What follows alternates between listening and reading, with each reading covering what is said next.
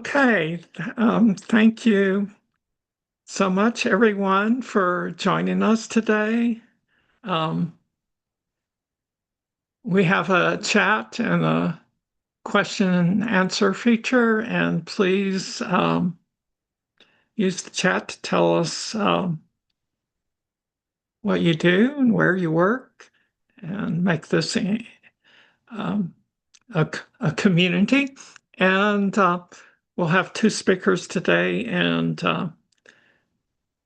during both their presentations, enter in your questions, and we will answer the questions at the end after the second presentation. You see how we are the Agrochemicals Division of the American Chemical Society, and you see a link, and we will stop that. So, we are thankful to Eurofins Agroscience Services for sponsoring this webinar series. Thank you, Eurofins.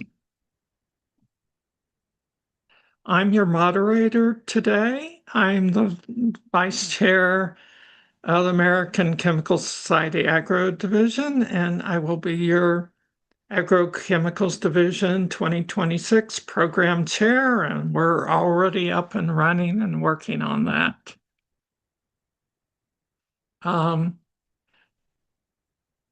We have so many ways that you can get involved in the Agro Division of ACS. It's a great community, and I think we work together synergistically, if you will, to advance agro science.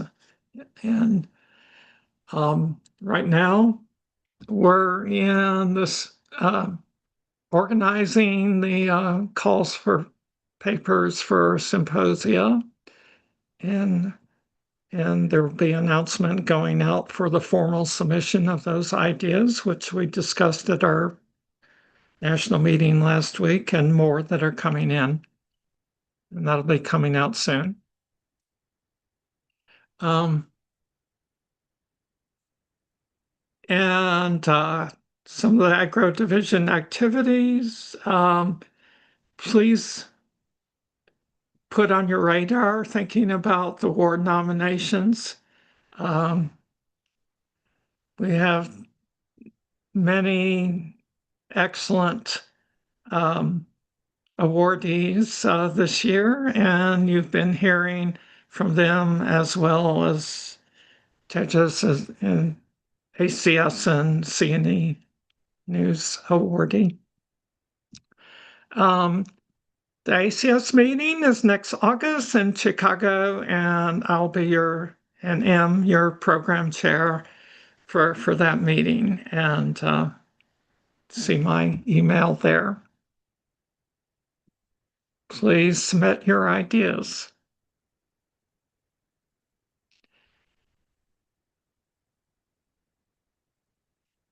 And we have a great plan in the work being implemented through our strategic planning group. Ground rules. I'll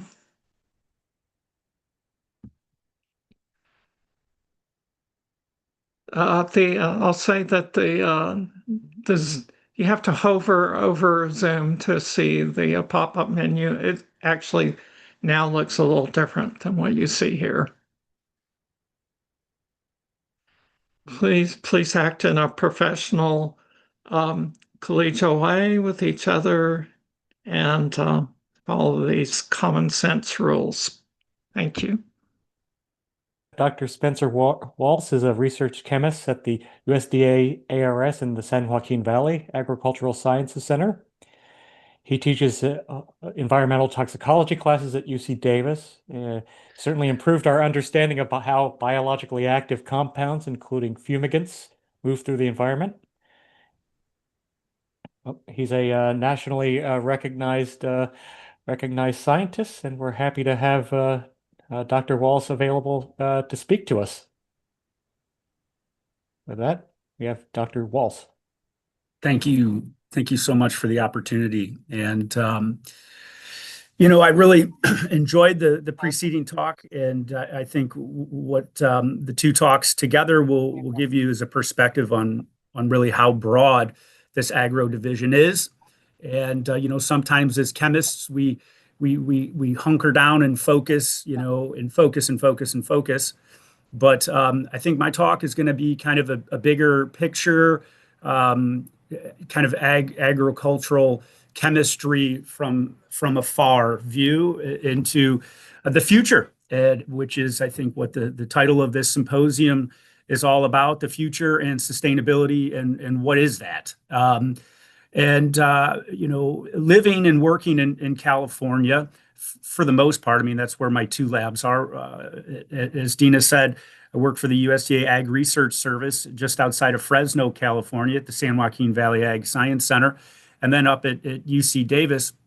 I have a perspective that reflects, let's say, the train of thought, or at least the regulation and regulatory pressures of California. I do work across the country, but I don't know if you knew, but the state of California in agriculture specifically has a sustainable pest management initiative with the goal of eliminating basically pesticides by the year 2050. And whether that happens or not, I think that the voice of consumers is being reflected in this regulation, and that's really what this talk is going to be about. What is the role of chemistry, so to speak, in this process?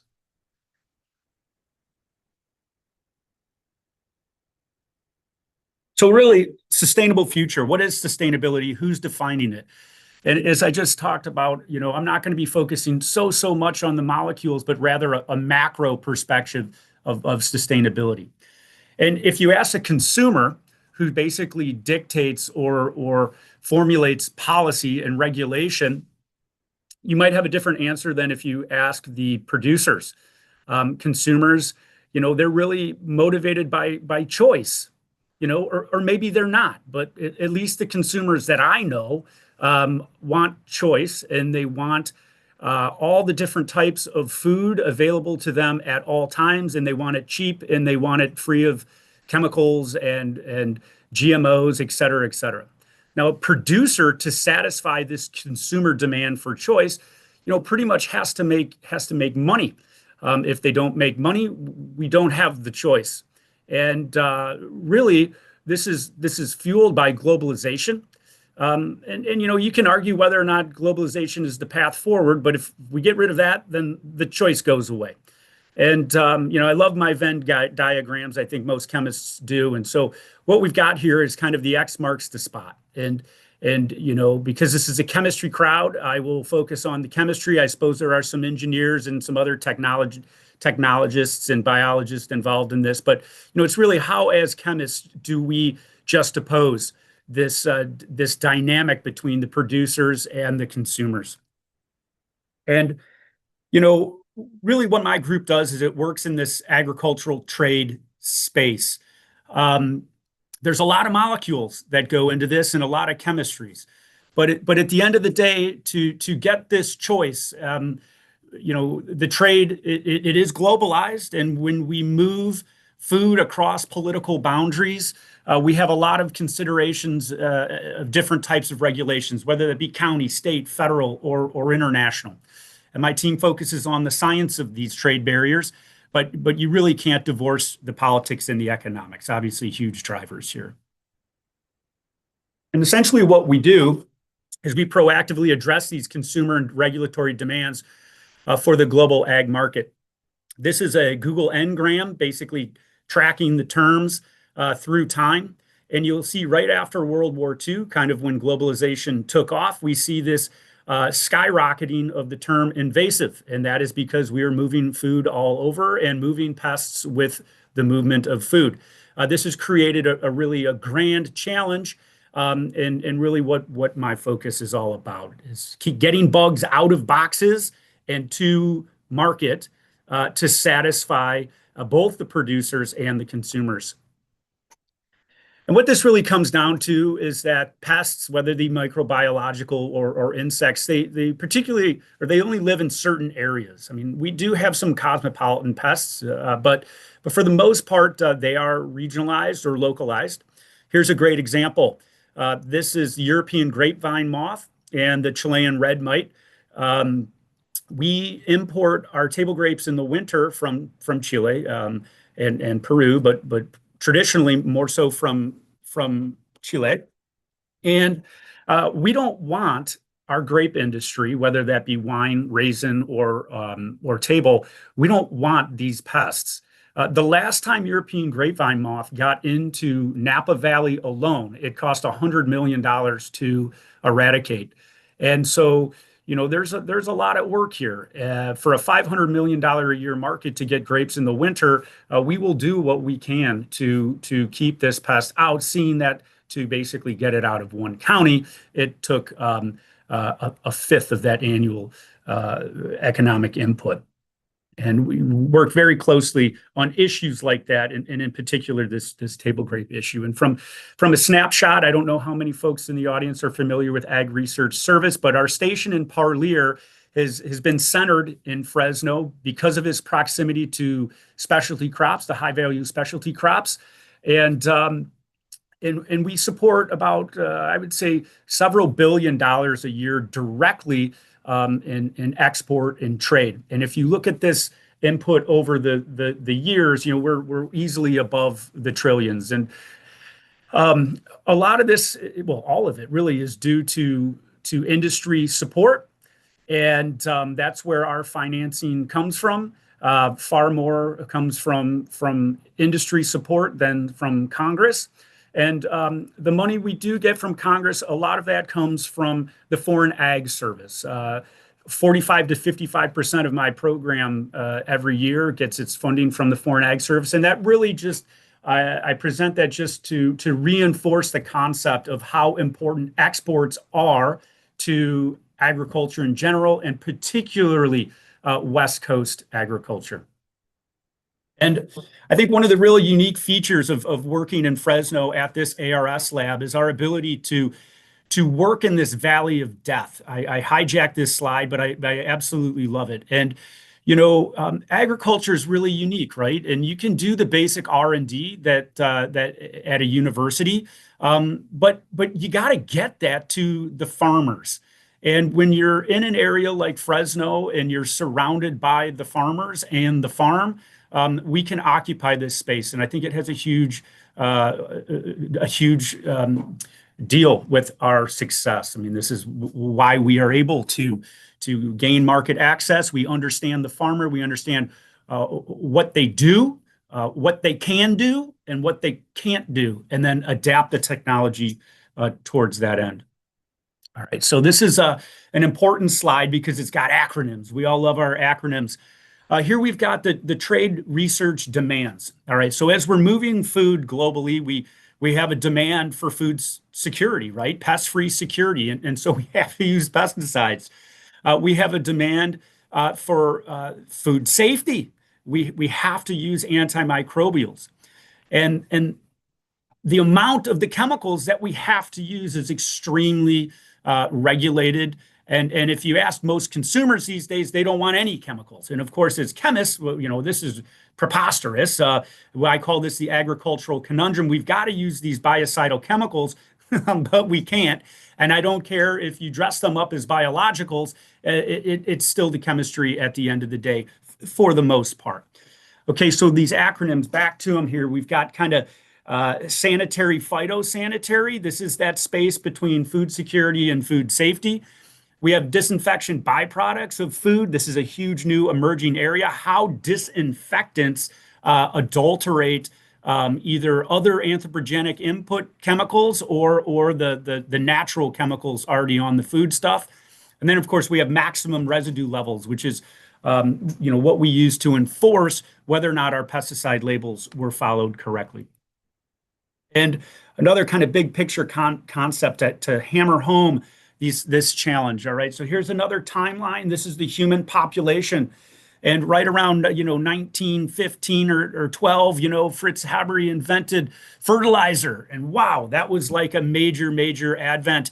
And so we can see the population start to take off. And then it even accelerates further with the globalization of agriculture. And so we technologically have been able to keep pace with this population growth. But if we lose these plant protection materials and the ability to use these pesticides, it's going to take more and more innovation, like we saw earlier, to keep pace with this, right? And so really it's this yin and the yang between innovation and the loss of the plant protection materials that's going to dictate whether or not we can continue to feed the world. And the issue here, why are we losing these plant protection materials? It's because consumers, they're scared of a lot of stuff. And I love this quote here. Nowadays, food has become more of an economic and political issue than ever before, and inevitably, it is no longer the concern of only the technologists and the producers. A strong consumer lobby also now impacts the food industry.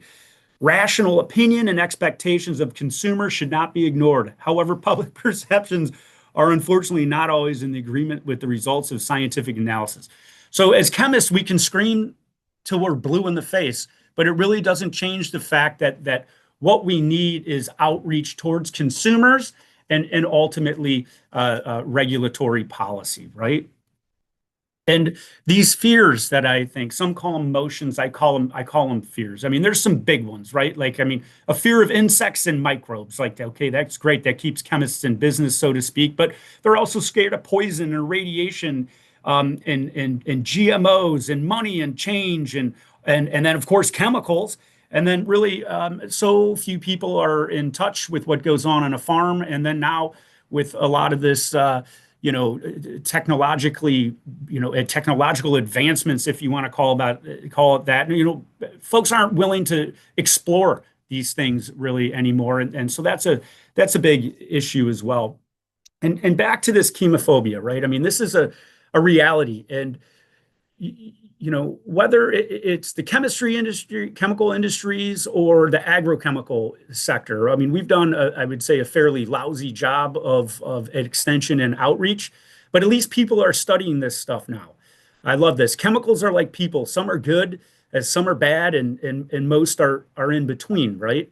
And a couple of stories here. First of all, I was in the department, and several of the faculty there said what inspired them as kids to get into environmental toxicology was driving by these factories and seeing all the smoke billowing out. And that's great. And I wish that some folks would spend as much time trying to problem solve and understand how we can eliminate the need for these types of pollutions or atmospheric inputs as opposed to just identifying the problem. And one of my favorite examples of this is I studied fruit flies, and this is a Mexican fruit fly. And this little fly, talk about chemical inputs into the environment. This thing weighs 1 milligram, and it produces 500 nanograms of volatile, basically sesquiterpenes per hour. I mean, we're talking about over the course of the day, whole number mass percentages of its body mass being emitted, right? So these are chemical emissions, and they're totally different. And so as chemists, I think it's easier for us to sort this stuff out. But to ask the general public to understand these nuances of chemistry is where we need a lot of help. And one thing's for certain, though, and that is right now this trend is to move away from these conventional options. I know it's frustrating. We spent so much time designing these residual chemistries to be more efficient, to last longer, so we could apply less. But that's not the way we're going. We're moving back towards natural products, and that's a great thing. But all of us in the natural product field, and we've got a pantheon here of great inspirational natural products and eco-toxicological scientists here who've dedicated their lives to this. We know that it takes money and time. And we need more people working in this space to satisfy this consumer drive. Again, good for chemists.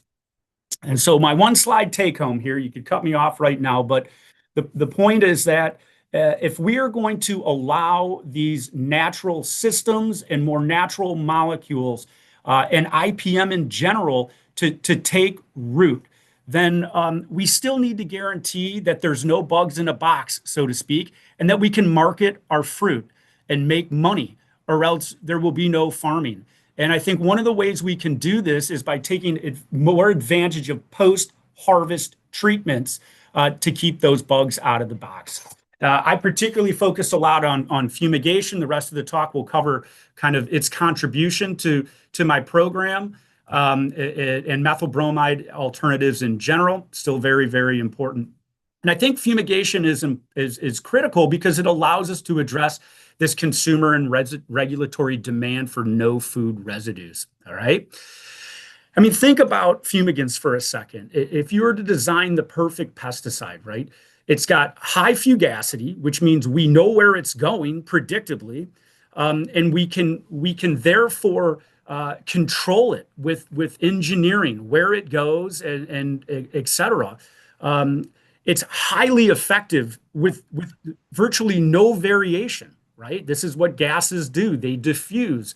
It is going to work at the center of the box, the same as it's going to work at the edge of the box and at the back, of the box. And they're not persistent in fat and water for the most part, right? At least relative to semi-volatiles and non-volatiles that may go up, but they're going to be coming down and they're going to bioaccumulate. So these are some really, really basic chemical principles here that are really right at the heart of fumigation and fumigation science. So this sounds preposterous, right? Why are post-harvest fumigants sustainable? Well, they are because we can control them. I mean, here's a fume hood, right? This is our best friend as chemists, are these fume hoods, because we have engineering controls to remove these things from us. Now, they are hazardous. I mean, even low oxygen approaches, nitrogen flushes, CO2, et cetera, they're hazardous. But remember, we design pesticide labels to mitigate the hazard, to decrease the probability that the hazard is realized. I mean, this is risk reduction 101. And here also I have a picture of a scrubber that we can use to ensure that these fumigants are not put into the atmosphere after their use. We spend a lot of time working on these. My colleague Bill Mitch gave a talk last week, the seminar series, about some of our work with sulfuryl fluoride towards scrubbing it. Okay, so here's a cartoon, pretty important. We hear about systems approaches. What is a system? Well, the agricultural system is really everything along the production and marketing continuum. There we've got our almighty consumer. He's really driving the show here.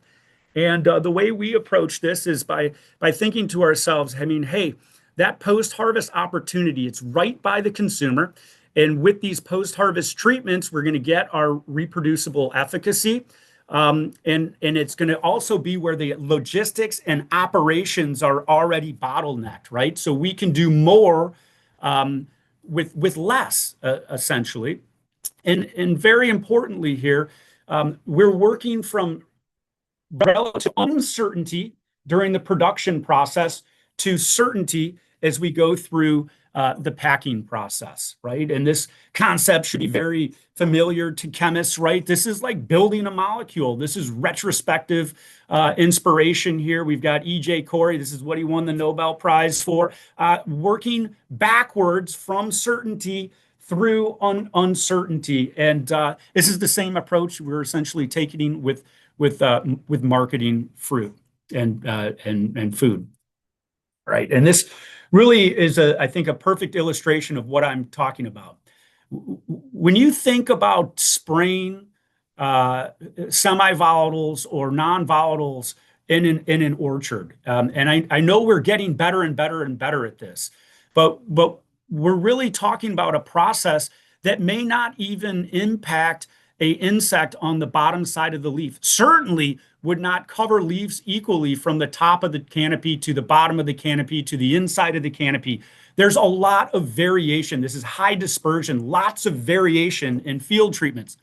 Whereas an opposite of this would be post-harvest fumigations, where we have incredible uniformity throughout that entire treated space. So instead of doing a pretty relatively poor job of applying a lot of pesticide over many acres, we can do much better job of controlling the insects that we don't want in the box that we're trying to get to market with these post-harvest approaches. And imagine sitting across from a trading partner and trying to guarantee food security. What do you want to bring to the table? You're going to want to bring something with you that you've got some confidence in the statistics and reproducibility of. But it doesn't just end with the targeted efficacy, right? I mean, these are hazardous. We have a lot of regulatory issues that we focus on our team. We bring these fumigants all the way through the registration process. And even since I've been working since about 2008 in this space, I think focus has shifted from looking at applicator and worker exposures now to bystander and environmental exposures. And where we're going to draw a line or agree on a set of experimental procedures to understand how a particular molecule in this exposome or in this environmental sphere of chemicals and biology that surround us, how we're going to figure out the role of a single chemical in this process as we expand into this regulatory space will be very interesting. I'm sure there'll be a lot of debate about it because I think that's where we're headed. Okay, so principles of fumigants here. I've got just a couple of minutes. I'm going to make this super quick. I've got them listed here. You guys can reference this. I think these talks will be available, but they're listed from basically the most gaseous all the way down to those that are not and are applied as fogs that are masking as the fumigants. A couple of real important ones here would be methyl bromide. That's kind of been the standard. I'll talk a little bit about that. And then an ethyl formate, which is one that we're really excited about, just gained US EPA registration. And again, here's Fritz Haber again. The guy basically wrote the book on fumigant toxicology in World War I. And this work was really just maybe not as important as fixing nitrogen and fertilizer development, but it is certainly incredible work. And in general, there's two types of fumigants. We have those that react, and I've got some listed there. Methyl bromide, propylene oxide are alkylators. Sulfuryl fluoride hydrolyzes into fluoride. Ethyl formate hydrolyzes into formic acid.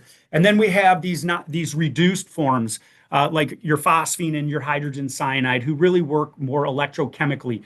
The form that they are released into the vapor phase does not change to elicit biological activity, whereas the reactive ones literally have to react with biomolecules in order to work. So methyl bromide, we used to rely very heavily on this molecule for getting the bugs out of the box and to the market, but it has been regulated under the Montreal Protocol.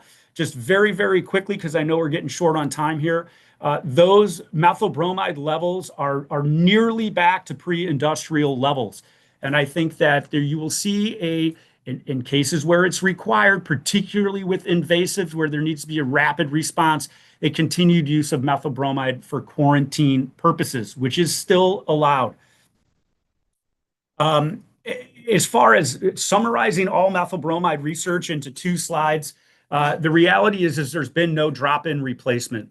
The durables can largely be replaced by some alternatives. None of them have perfect, chemistry. Every one of them has their issues, but they've largely, these uses on durables of methyl bromide have largely been replaced. For fresh fruit, which of course needs to be treated much faster, where time is more important than the capital investment in the chemicals, it's been much slower road to hoe. Usually we take advantage of many events in the system and then combine that with the fumigation on the back end. Okay, so why don't we continue to use methyl bromide? And the bottom line, it's really difficult to scrub this thing. Hawaii had a registration for methyl bromide that required recapture. They're not doing it, and this is just crazy. They have so many invasive pests coming in there. They're not fumigating anything. Instead, they're just collecting billions of dollars in aid to fight invasives every year. And we're trying to get them to adopt some more better practices for food security. Here are some of the available technologies for scrubbing methyl bromide, which you can see on the bottom plot here. When you apply methyl bromide, let's say we apply 64 grams per cubic meter, at the end of that fumigation, you're still going to have 44 grams per cubic meter that you need to do something with that hasn't been sorbed. And therein lies the challenge. How do you scrub 50% of what essentially you put in there? Well, here's a quick story about how a molecule that we're using as a methyl bromide replacement that doesn't need to be scrubbed. That's because we're taking advantages of the chemistry. You may be familiar with Asian citrus psyllid. This is a devastating citrus pest. Really, the last place that hasn't truly been impacted is the San Joaquin Valley. We've got this in the more traditional citrus growing regions down south in the LA and Oxnard areas, and we don't want it coming up into the valley, San Joaquin Valley, where our primary production is. We developed, I think, something pretty cool here, and it involves using this chemistry of ethyl formate, the hydrolysis chemistry, to scrub the fruit or to scrub the gas, the fruit, water-containing fruit, low pH, hydrolyzes this ester very rapidly into ethanol and formic acid. Both the parent ethyl, or all the products here, ethyl formate, formic acid, and ethanol are generally recognized as safe. I know this registrant will be pursuing a organic certification. Here's how it works. Basically, as the citrus is getting staged in the field, we tarp it while it's waiting to be put onto a truck. We've got a volatilizer that's run by a generator. We put the gas in about, less than 3 minutes. We put in an application line, of course, and we can also use that to then sample how much gas is left in the headspace.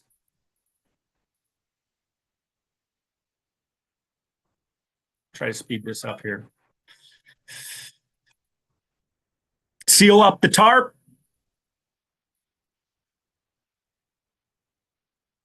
Three minutes to apply the gas. This is a truckload.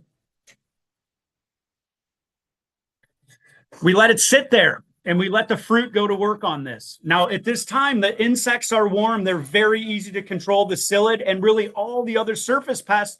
And the fruit doesn't even know it's picked yet. I mean, it literally has just been picked and it's warm. So we can take advantage of that hydrolysis chemistry. We put our gas in. We access the sampling line after about an hour.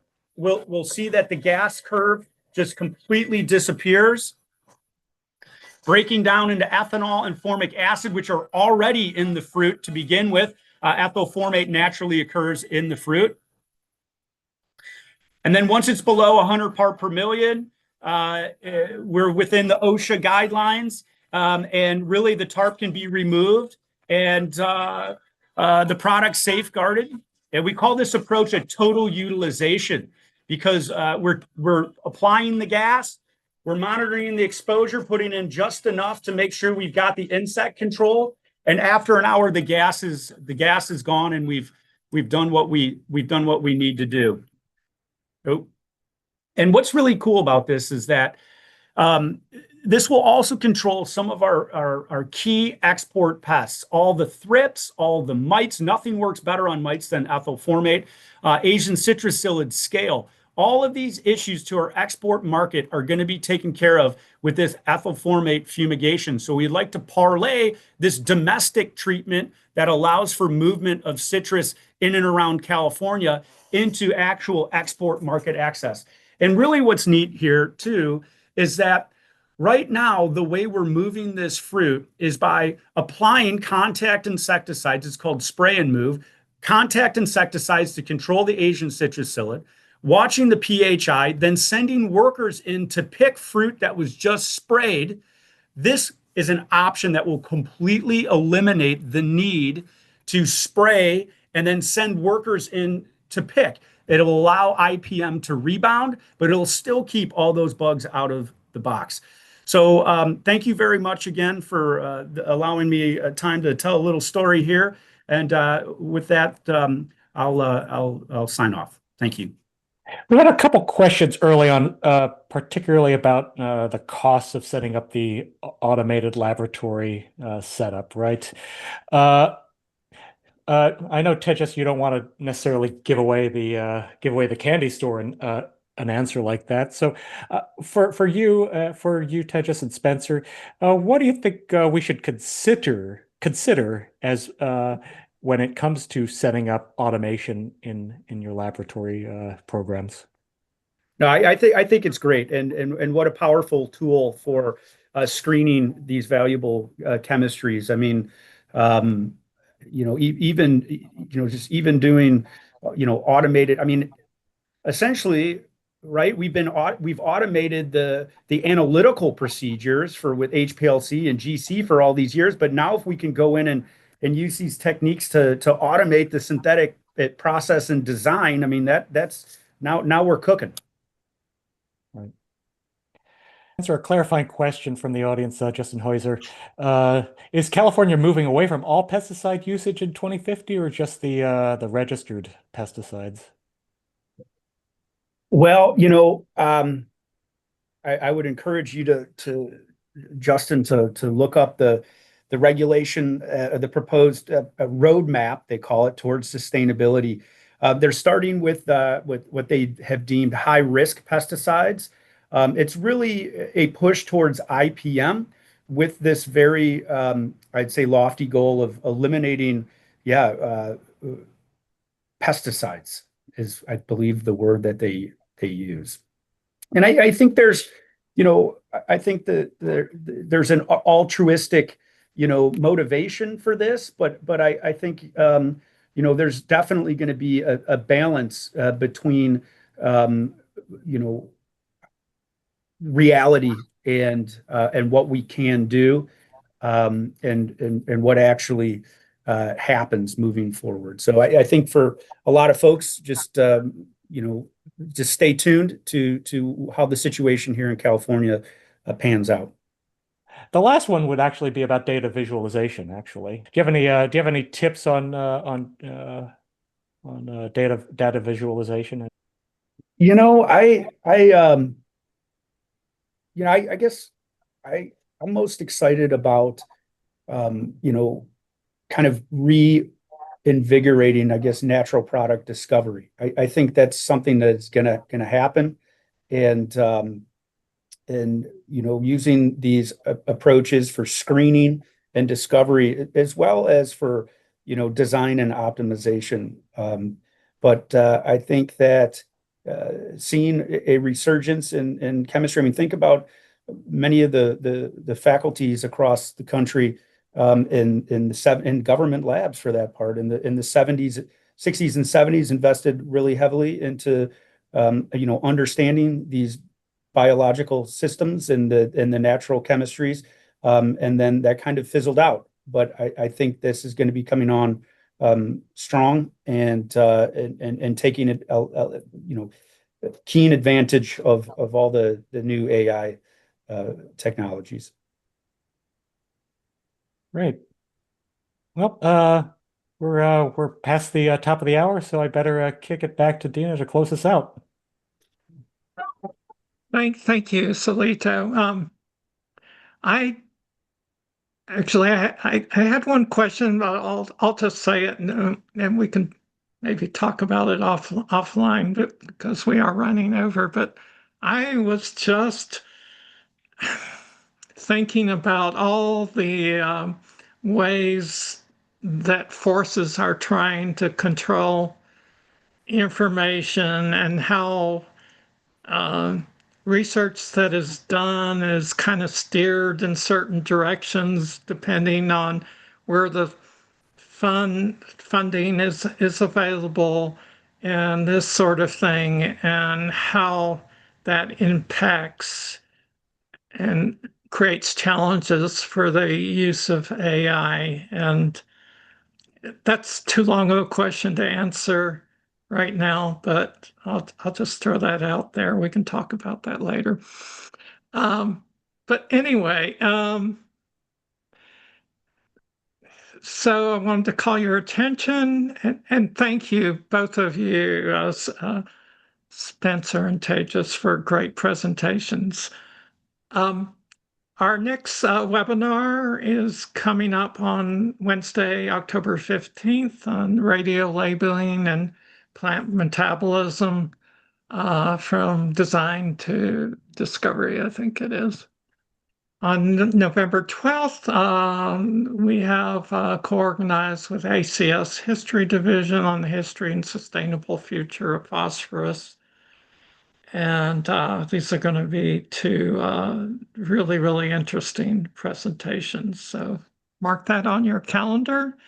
And Solito is your contact if you want to get involved with the webinar committee. And you see the links there to the past webinars. And I just wanted to encourage everyone again to get involved with agro, and